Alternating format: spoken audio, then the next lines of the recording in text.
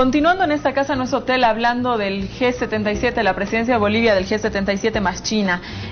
Sacha, antes de empezar esta entrevista, me veo pues en la absoluta necesidad de preguntarte sobre las críticas a tu gestión como ministro de gobierno. ¿En qué quedó este tema? Cuéntanos un poco al respecto. Bueno, la ciudadanía conoce la serie de mentiras que se han construido alrededor de un tema en particular. Pero para mí, en lo personal, decir que cuando uno se pone en la lucha política, tiene que estar dispuesto a soportar mentiras, agravios, ataques, por esas razones estrictamente políticas. Yo soy un luchador social que ha cumplido una tarea, que cumple otra tarea encomendada por un proceso revolucionario en el país. Y en ese sentido, creo que en el lugar en el que estamos ahora, estamos tratando también de aportar a la construcción de una sociedad más justa, más humana, en ese compromiso político con la revolución y el proceso histórico más importante de nuestro país. Gracias, Sacha. Cuando estés por acá, tienes el compromiso de venir a continuar hablando sobre este tema con nosotros. Para empezar, el tema de Naciones Unidas. Me interesa que me digas, bueno, las Naciones Unidas han parado el tema de la intervención de Siria. También han congelado el bloqueo a Cuba. Sin embargo, estas decisiones no han sido vinculantes a Estados Unidos. Entonces, ¿cuál es el rol de las Naciones Unidas? ¿Están ejerciendo la influencia efectiva, las determinaciones que se toman al interior dentro de la toma de decisiones políticas de los países? ¿O se trata, y en esto quiero insistir, de exilios dorados? A ver, voy a tratar de responder la pregunta, que es bastante amplia. Las Naciones Unidas, como sabemos, han sido fundadas después de la Segunda Guerra Mundial en un contexto no solamente político, económico, sino fundamentalmente militar, muy marcado por la pugna entre Estados Unidos y sus aliados y la entonces Unión Soviética. Ahora el mundo, por supuesto, es distinto. El mundo está en el proceso de una construcción de multipolaridad. Todavía existe un polo, todavía existe un imperio militarmente mucho más poderoso que hace más de 50 años y que todavía tiene prácticas, por supuesto, imperiales, que desprecia el multilateralismo, que desprecia incluso en muchos casos a esta Organización de Naciones Unidas. Los ejemplos que tú has dado, Susana, son importantes. Uno, el tema de Cuba.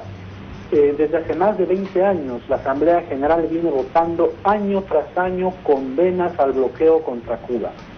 Este año, hace pocos días, se ha votado una resolución con 188 votos, 188 votos en contra del bloqueo, solamente 2 votos a favor del bloqueo y 3 abstenciones. Es decir, de 193 países, 188 le han dicho no al bloqueo. Por supuesto, esta medida unilateral, ilegítima de los Estados Unidos continúa. Y el otro caso es el de Siria, muy reciente. La amenaza de utilización unilateral de la fuerza por parte de Estados Unidos no solamente viola la Carta de Naciones Unidas, sino también viola y se encuadra en lo tipificado como un crimen de agresión por el Estatuto de Roma recientemente reformulado. Y otro aspecto muy importante de la propia Organización de Naciones Unidas es la, por supuesto, concentración del poder de Naciones Unidas en un Consejo de Seguridad que tiene 5 miembros permanentes y de esos 5 miembros permanentes con derecho a vetar, a bloquear cualquier tipo de decisión. Gracias. Hace falta un proceso de democratización de Naciones Unidas, un proceso profundo de reforma de este sistema de organización. Es un largo camino. Gracias. Sin duda, creemos que la presencia de Bolivia en la presidencia del G77 va a ser un acicate en esa dirección. Tenemos esta presidencia por un año, pero por supuesto va a ser un año muy importante. Gracias, Sacha. Don Armando, ¿usted cree que las Naciones Unidas pueden ser un instrumento de transformación para procesos globales? Bueno, las Naciones Unidas sigue siendo el mayor organismo multilateral político y económico que tiene la comunidad internacional. Le ha tocado, y lo ha descrito con mucho acierto el embajador Sacha Laurenti, le ha tocado discurrir una etapa difícil hasta la pugna bipolar y la paralización de sus principales órganos, incluso el Consejo de Seguridad, hasta que se produjo el colapso de la Unión Soviética.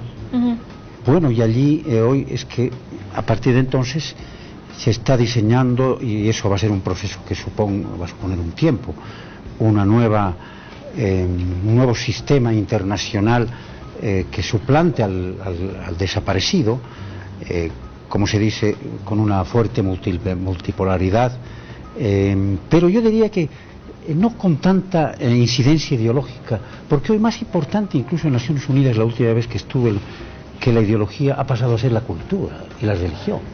Hoy día se habla del clash, lucha de civilizaciones. Más potente, los 1.600 millones de musulmanes que no tienen una ideología ni de izquierda ni de derecha, algunos dicen de derecha, emergen en el mundo, los budistas y el mundo cristiano.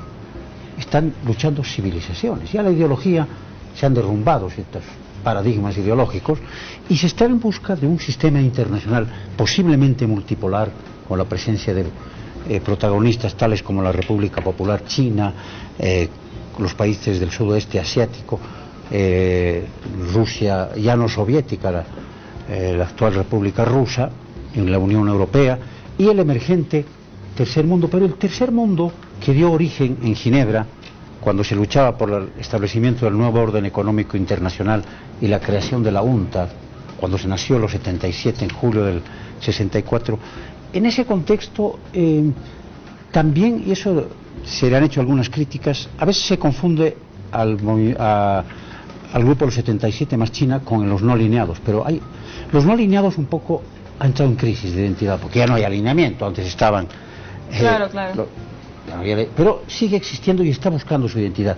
Y el tercer mundo, alineado no diré alineado, descrito o inscrito en el G77, también tiene que buscar una agenda. Está la pobreza crítica, están los temas del milenio, ya el comercio y desarrollo de la década de los 60, 70, el endeudamiento que nos convocó a los 77, está siendo actualizado por estos nuevos temas, estos nuevos paradigmas apasionantes, pero esta suerte de debilitamiento del grupo de los 77, de la pérdida de su identidad, yo pienso que se va a ir vigorizando en esta próxima década. Gracias. Sobre ese tema justamente, Daniel,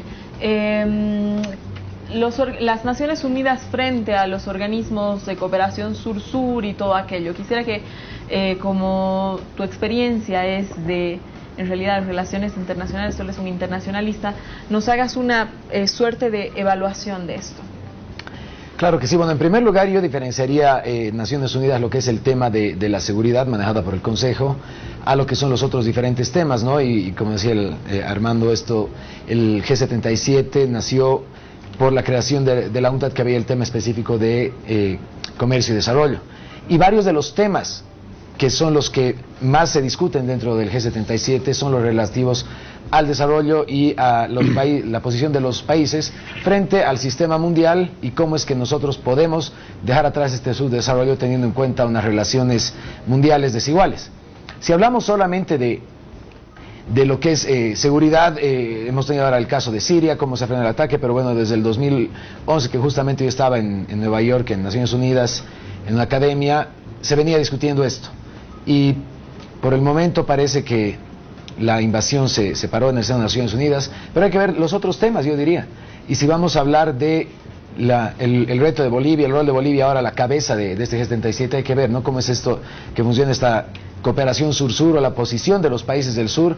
Y la pregunta que yo tendría para hacerme es si realmente hay una posición que tienen en conjunto los países del sur. Hay una posición del sur, estamos de acuerdo nosotros, si estamos participando, que ya somos más de 130 países en este G77, tenemos una posición común, porque es bien fácil hablar del tema de aranceles, por ejemplo, y que se maneja en la OMC y la UNCTAD trata de siempre incluir el tema del desarrollo, pero si hablamos ahora del medio ambiente, inclusive del tema del agua, que ha sido parte de una de las discusiones dentro del G77, es que ya nos vamos a topar con una pared entre nosotros que va a dificultar tener una posición en conjunto, ¿no? ¿Cuál sería la posición de los países más subdesarrollados, los países que tienen el reto de tener un nuevo modelo? Si hay países que creen que el anterior modelo sí les funciona y lo están aplicando, ¿no? Que eso nos ha sucedido en Sudamérica, que si aquí teníamos nosotros varios instrumentos de integración, ahora nos estamos dividiendo en dos y parece que la alineación en Sudamérica va a ser los que siguen creyendo al capitalismo y los que ya no le creemos al capitalismo, pero a la vez somos partes de este grupo, ¿no? Sacha, quiero volver contigo. Bueno, nos hemos quedado sin corte, entonces vamos contigo, Marianela. ¿Pesa igual la Bolivia de ahora en el contexto internacional que la Bolivia de antes? Yo creo que eso está muy claro, ¿no? Y está muy claro para toda la población en general, porque hay un reconocimiento, una política exterior donde ha habido un punto de inflexión con relación a anteriores gobiernos, ¿no? El presidente Evo Morales ha asumido un liderazgo histórico a nivel internacional, reconocido no solo en nuestro contexto, sino, como lo decía el embajador Llorenti, a nivel mundial, que ha posibilitado trabajar en una agenda de temas y llevar en realidad iniciativas y banderas muy importantes que han sido adoptadas por el mundo, ¿no? El tema del G77 más China es, por supuesto, una de ellas, que es la que hoy nos ocupa, y como decía en su conferencia de prensa el canciller David Choquehuanca, asumir esta presidencia es algo por lo que tendríamos que felicitarnos todos los bolivianos, ¿no? Es algo por lo que todos básicamente deberíamos estar felices y justamente congratular esta decisión, ¿no? Pero al margen del G77 es importante también resaltar varios de los logros que se han ido dando durante todo el periodo de gobierno del presidente Evo Morales. Hablamos en el caso del 2009, cuando, por ejemplo, se declara el Día Internacional de la Madre Tierra en el contexto de Naciones Unidas. En 2010, cuando se declara el derecho humano al agua y el saneamiento. El 2010 también, cuando se declara la realización de la Conferencia Mundial de los Pueblos Indígenas. El 2011, cuando se emite una resolución en el marco de un horizonte político civilizatorio del vivir bien y la armonía con la madre tierra, en lo cual Bolivia lidera justamente esta propuesta mundial y alternativa al capitalismo. El año 2013, que se aprueba una resolución declarando el Año Internacional de la Quinoa, ¿no?, a nivel mundial. Una serie de candidaturas que ha asumido Bolivia, posiciones que ha asumido Bolivia dentro de la Organización de Naciones Unidas, el tema del uso tradicional y consumo de la hoja de coca, que está reconocido como un gran logro de la diplomacia boliviana, pero además una diplomacia que se está construyendo con los pueblos, que viene a ser realmente el quiebre con la diplomacia tradicional, ¿no? La diplomacia de los pueblos en el marco del horizonte político civilizatorio al vivir bien, y en ese sentido también la articulación con una postura claramente anticapitalista, antiimperialista, anticolonial, a la que se han sumado muchísimos países, y yo creo que ahí sí cada vez hay una mayor dignificación de muchos países en vías de desarrollo, y uno de ellos es lo que señalaba el embajador Llorenti, de la reciente resolución donde se condena una vez más el bloqueo criminal que se ejerce contra un país hermano como es Cuba, donde solamente dos países, que era previsible, se oponen, Estados Unidos e Israel. Gracias, Marianela. Don Armando, Usted en la primera intervención, cuando empezamos el programa, señalaba que no es la primera vez que Bolivia preside el G77 más China. ¿Qué es lo que hemos conseguido en nuestra anterior presidencia? ¿Qué nos deja de antecedente para poder continuar, digamos, un trabajo en esta nueva? Bueno, ¿qué podemos lograr con la presidencia? Mira, el G77 no es un organismo multilateral, no tiene sede, no es como la Organización Internacional, es un sistema de coordinación de los países, no tiene secretaría, y el presidente de los 77 es un coordinador que toca la campana. Por ejemplo, si Bolivia pretende, en este discurso que estamos escuchando un poco de manual,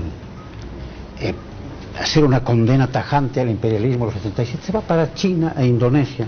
China, que tiene 1.360 millones de habitantes, e Indonesia 280, y le va a decir: un momento, señores, el G77 representa la opinión de Asia, África y América, y eso que están diciendo no nos gusta, porque nosotros estamos ejerciendo una política liberal de libre comercio que nos ha llevado a esta inmensa prosperidad.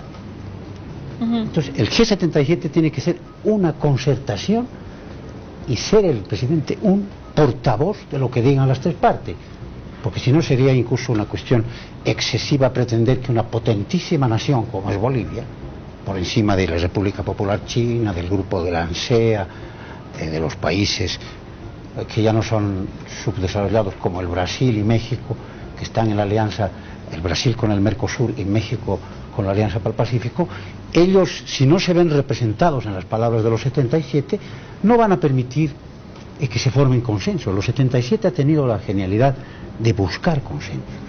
Bolivia, por ejemplo, en 1971 logró una figura excepcional de Bolivia, que fue don Walter Guevara Arce, embajador de Bolivia, definir los derechos de los países sin litoral en la Convención de Naciones Unidas sobre el Derecho del Mar.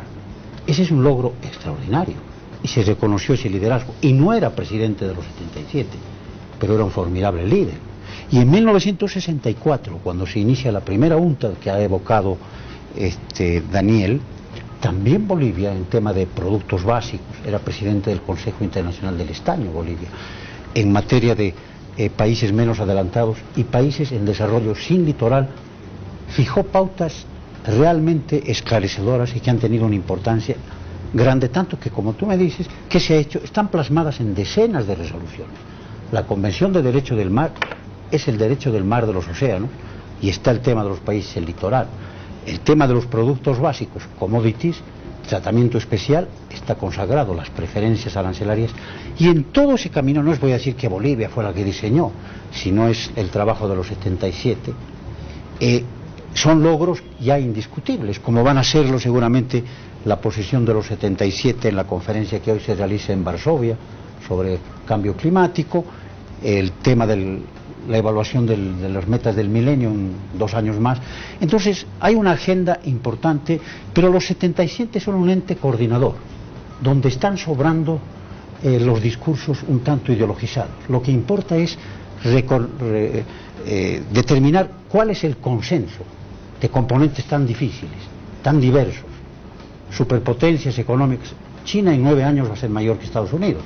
El Brasil, del 9º lugar, hoy es la 7ª o 8ª economía del mundo. A esas economías no van a estar todo el día pensando en planteamientos más o menos ideologizantes de manual, ¿no? La diplomacia multilateral se maneja también sobre realidades fácticas del peso específico que tiene cada grupo: África, Asia, América Latina.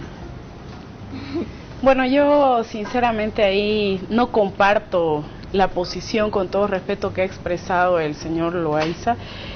Yo creo que, por supuesto, que las relaciones internacionales están y siempre han estado ideologizadas, ¿no? Otra cosa es hacer ver que la comunidad internacional es una especie de angelitos asexuados que no tienen posición política, cuando no es así, y eso me parece uno de los mayores logros del presidente Evo Morales, que con mucha claridad y dignidad desde el primer momento en que se paró al frente de la Asamblea de Naciones Unidas expresó una política clara, anticapitalista, antiimperialista y anticolonial, y en función ahí, por supuesto, se determina el planteamiento de Bolivia dentro de un horizonte político civilizatorio del vivir bien. Entonces, en ese sentido, yo no creo que si bien, como dice él, en el G77 es una instancia de coordinación, es verdad, Bolivia se va a encargar, como lo dijo nuestro canciller, de coordinar una serie de propuestas, de articular consensos, de organizar documentos, de traducirlos a distintos idiomas, primero al interior de G77 con sus 133 países que lo integran, y después de presentar propuestas a nivel de resoluciones a la Asamblea General de las Naciones Unidas, ¿no? Sin embargo, por ejemplo, en temas claves como es la reducción de la pobreza, que es una de las cosas que se ha destacado de nuestro país, que por primera vez en la historia realmente a nivel económico nos hemos dignificado como país en el tema de la pobreza extrema, pasar de un 62% a un 40% en el área rural, son logros realmente significativos que los vamos a compartir y vamos a buscar articular. ¿Qué sucede en el caso de la lucha contra la pobreza? Que en el caso de países como el nuestro identificamos claramente que tiene un origen que está articulado a un sistema que es el capitalismo. Gracias, Marianela. Nos vamos a ir a un corte. Quiero volver con el embajador Sacha Llorenti. Quédese con nosotros para seguir comentando sobre lo que pasa en las Naciones Unidas y la comunidad internacional.